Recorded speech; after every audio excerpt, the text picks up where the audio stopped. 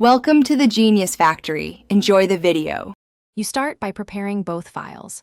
Open your Excel workbook and ensure columns match Visio data fields. For example, shape text, shape type, ID, parent ID, because Visio maps by column headers.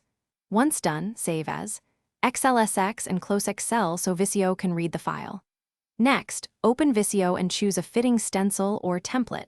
This matters because the template determines available shapes and connectors.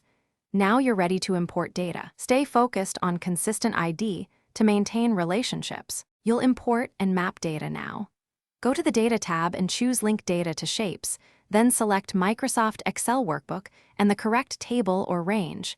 This brings rows into Visio's external data window. Make sure you map the unique ID column to Visio's Shape Data ID so relationships persist. Once mapped, drag rows onto shapes or use automatic layout rules. Also apply data graphics to visualize key values. That helps you verify the mapping instantly and catch mismatches early. Finish by refining the diagram and verifying links. Use auto-align, containers, and relayout to tidy connectors and spacing so the diagram reads well. Make sure shape data fields reflect Excel values. If you changed Excel, relink, or refresh data. Save the Visio file and export a PDF if needed. Also keep the original Excel and a copy of your mapping for future updates.